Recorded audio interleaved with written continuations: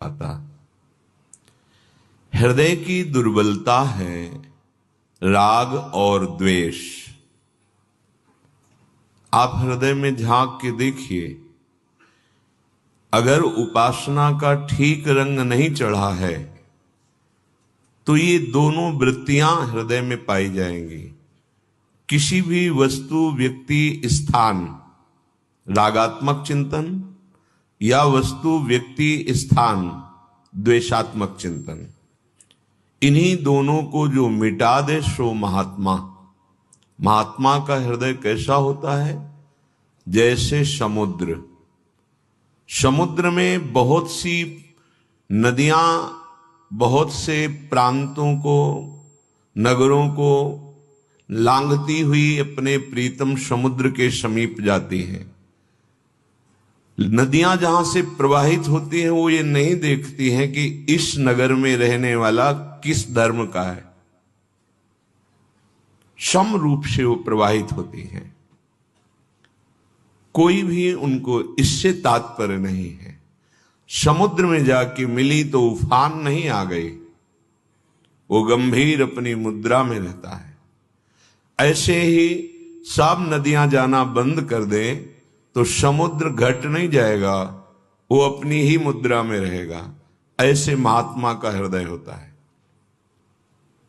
जैसे भगवान भुवन भास्कर उदय होते हैं तो किसी संप्रदाय, किसी जाति, किसी धर्म का निरीक्षण नहीं करते कि ये अमुक धर्म वाला है तो हम प्रकाश नहीं देंगे।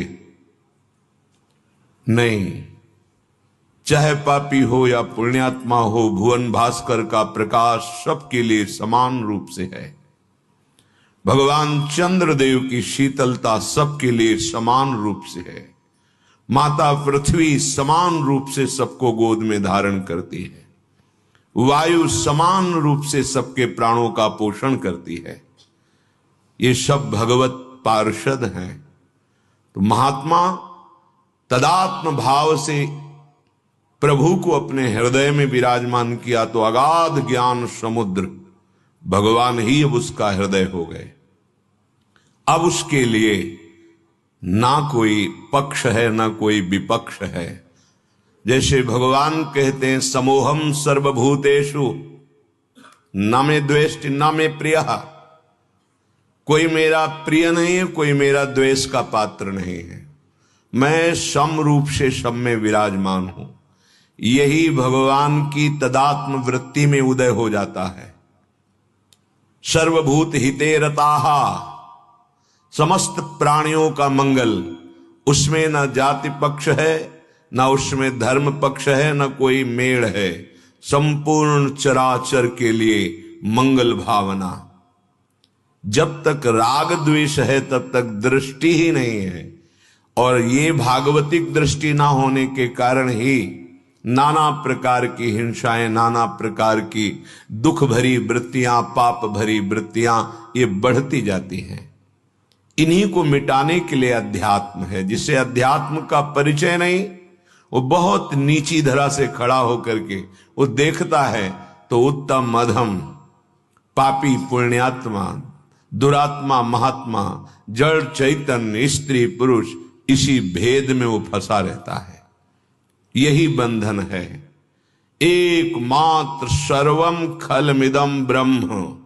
सर्वम, इसमें न कोई जाति का उच्चारण किया है, न किसी धर्म का उच्चारण किया है, न जड़ का, न चैतन्य का, न दुरात्मा का, न महात्मा का। सर्वम खलमिदम ब्रह्म। सब स्वयं ब्रह्म ही खेल रहा है। किंचन मात्र उसके सिवा और कोई नहीं है। जब हमारा वेद आज्ञा करता है तो सिद्धांत में चलने वाले महात्मा के हृदय में यही सिद्धि जागृत होती है।